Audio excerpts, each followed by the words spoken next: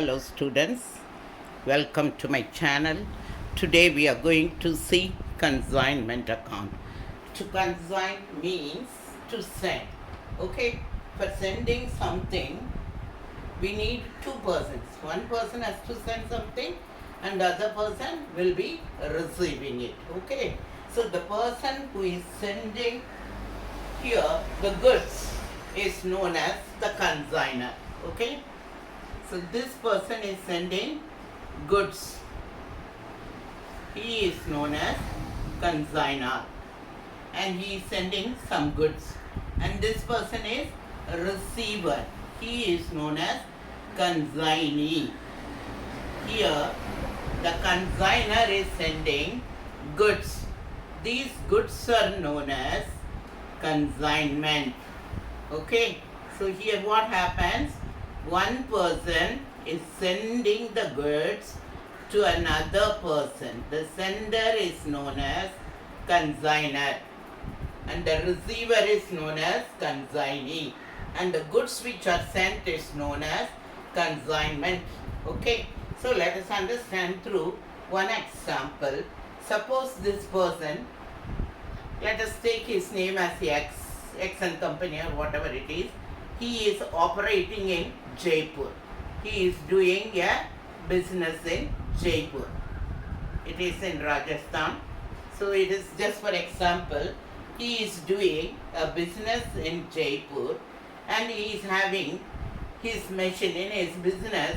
He is doing some manufacturing business and he is having the capacity of his business is able to produce 1000 units. This is just for an example. So his business is able to produce the goods of 1000 units in which he is dealing with. But in his local market in Jaipur, he would be able to sell only 600 units because the demand is only for 600 units. The demand is only for 600 units. Then what will he do by producing 1000 units? Simply he can keep it in his storage. No one will prefer to do that. So what he of course he wanted to expand his business. What will he do? He will be, people advised him that you send your material to some other locality so that someone else will send these units in another locality on behalf of you. Okay, this Y is in Delhi. Suppose we are assuming that he is in Delhi. Okay, so this X will be sending the 400 units excess which he can produce.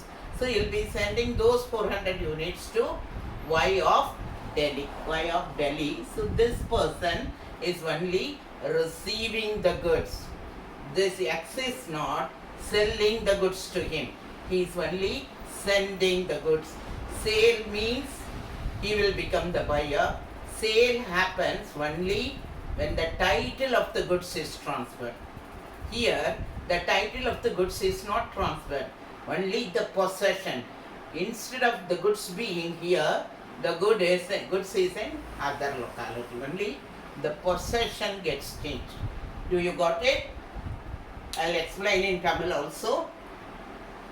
Material இவர் அனுப்புறாரு. இவர் ஜெய்ப்பூர்ல operate பண்ணிட்டு இருக்கிறாரு பிசினஸை.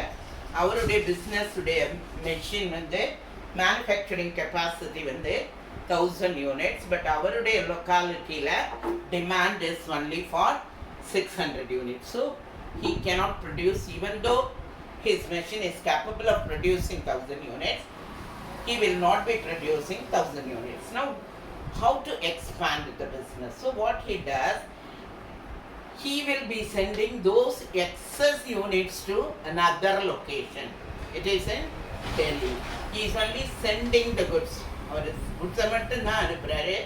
இவர் வந்து இவருக்கு குட்ஸை விற்கவில்லை, சேல்ஸ் பண்ணவில்லை. Okay, so when there is no sales, the goods which are sent, எந்த மெட்டீரியல் அனுப்புகிறாரோ அதுக்கு பேர் கன்சைன்மெண்ட், அனுப்புகிற பேர் consignor. He is the principal.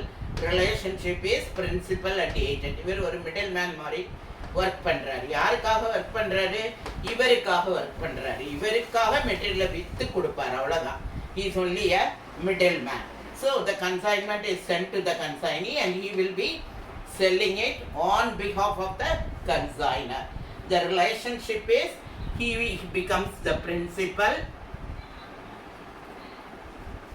and he will be the agent.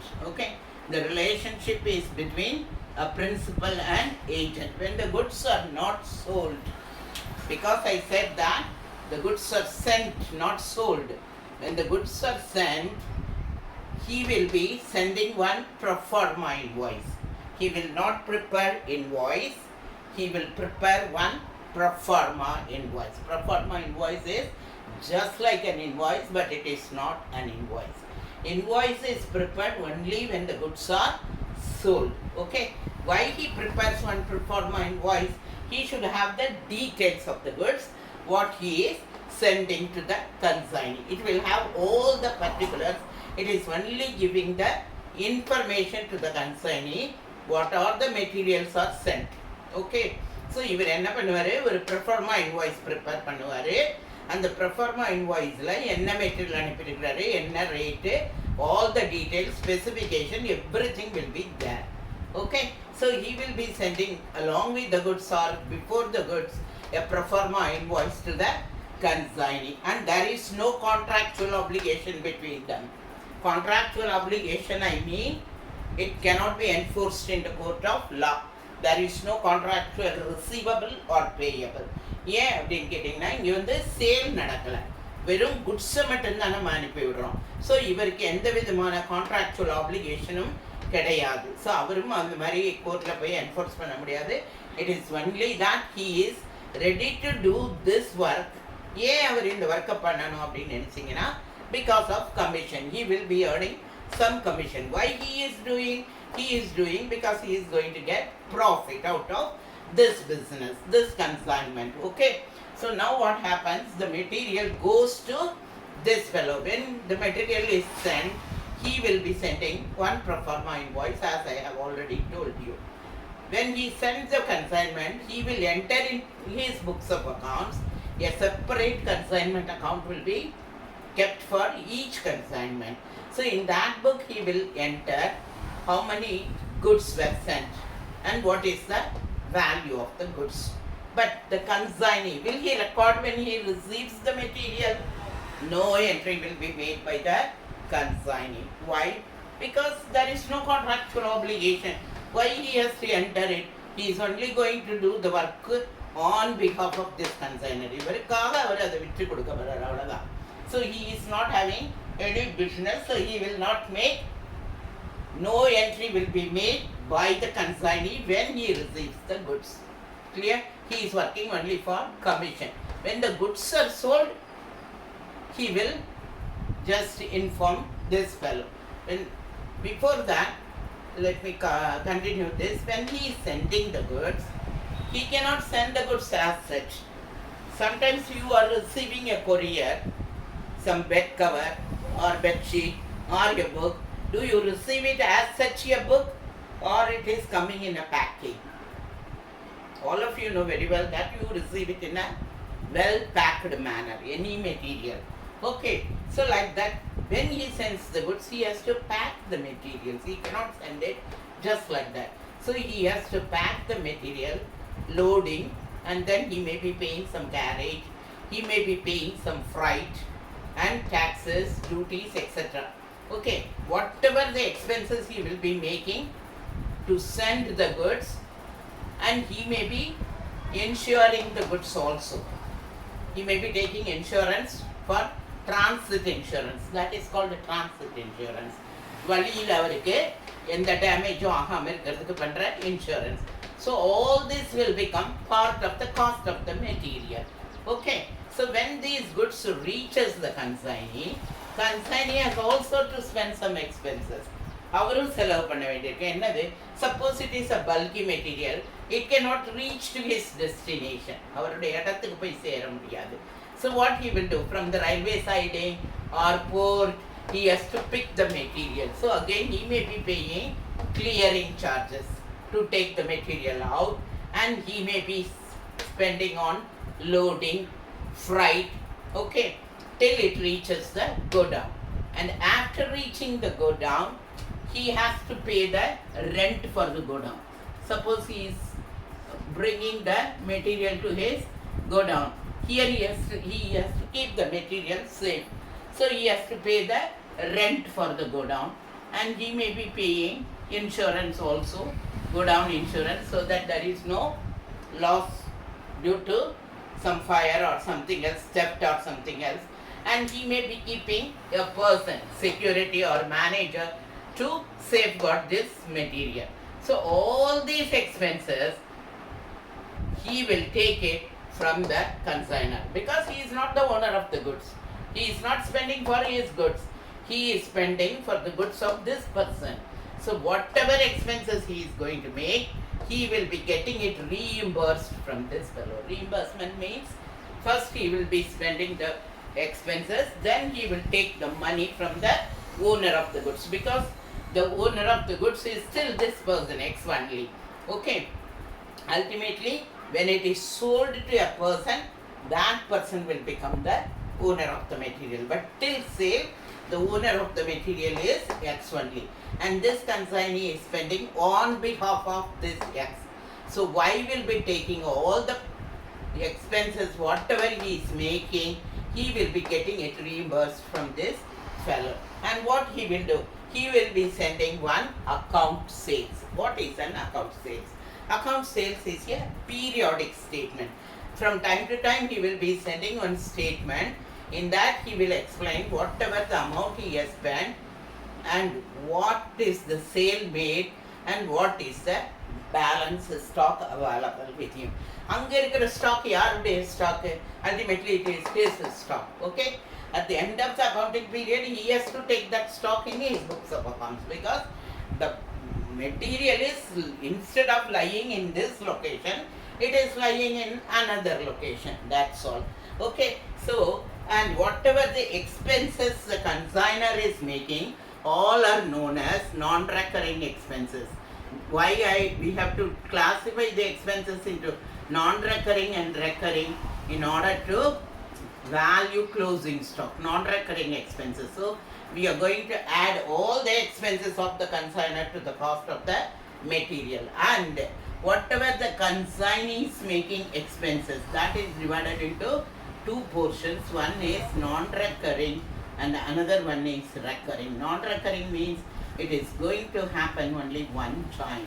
Recurring means it is going to happen again and again. Suppose he has brought the material, he is bringing the material from railway siding, so he is going to make the payment of clearing charges only one time for that material. He is not going to pay it again and again for that material, and he may be paying freight only one time.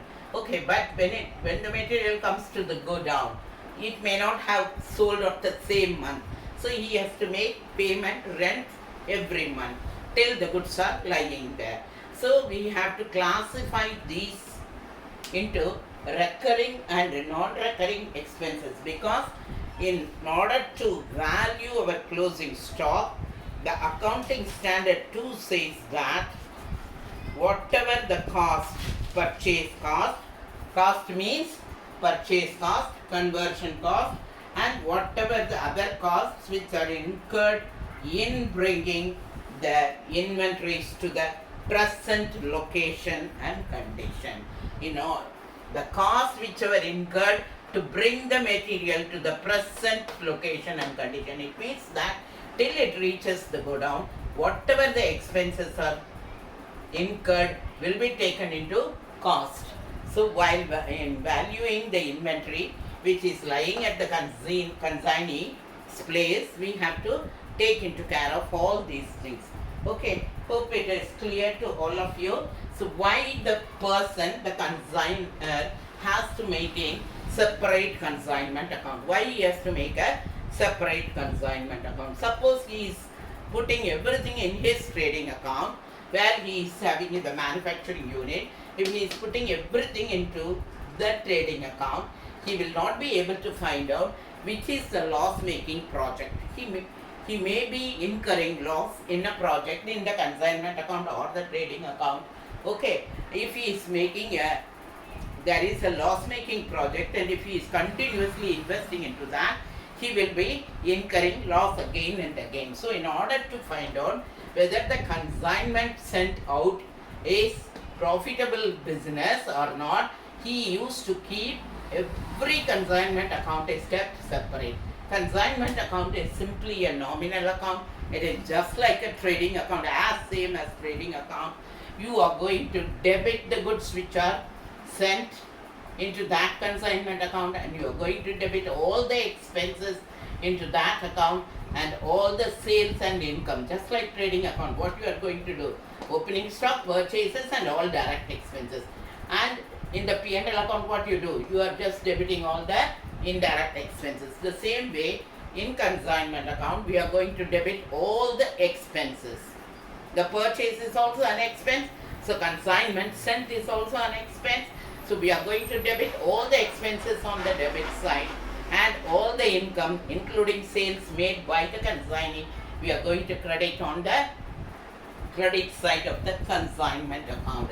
And the consignor is going to get commission. When he sends account sales, he will not ask for all his expenses and commission. Generally what he does, he will deduct all the expenses whatever he made on behalf of us, and then will send the balance to us. Okay, so I hope it's clear that this is the introduction all about consignment account. We'll be looking forward in our next videos how to do the problems. Thank you for watching.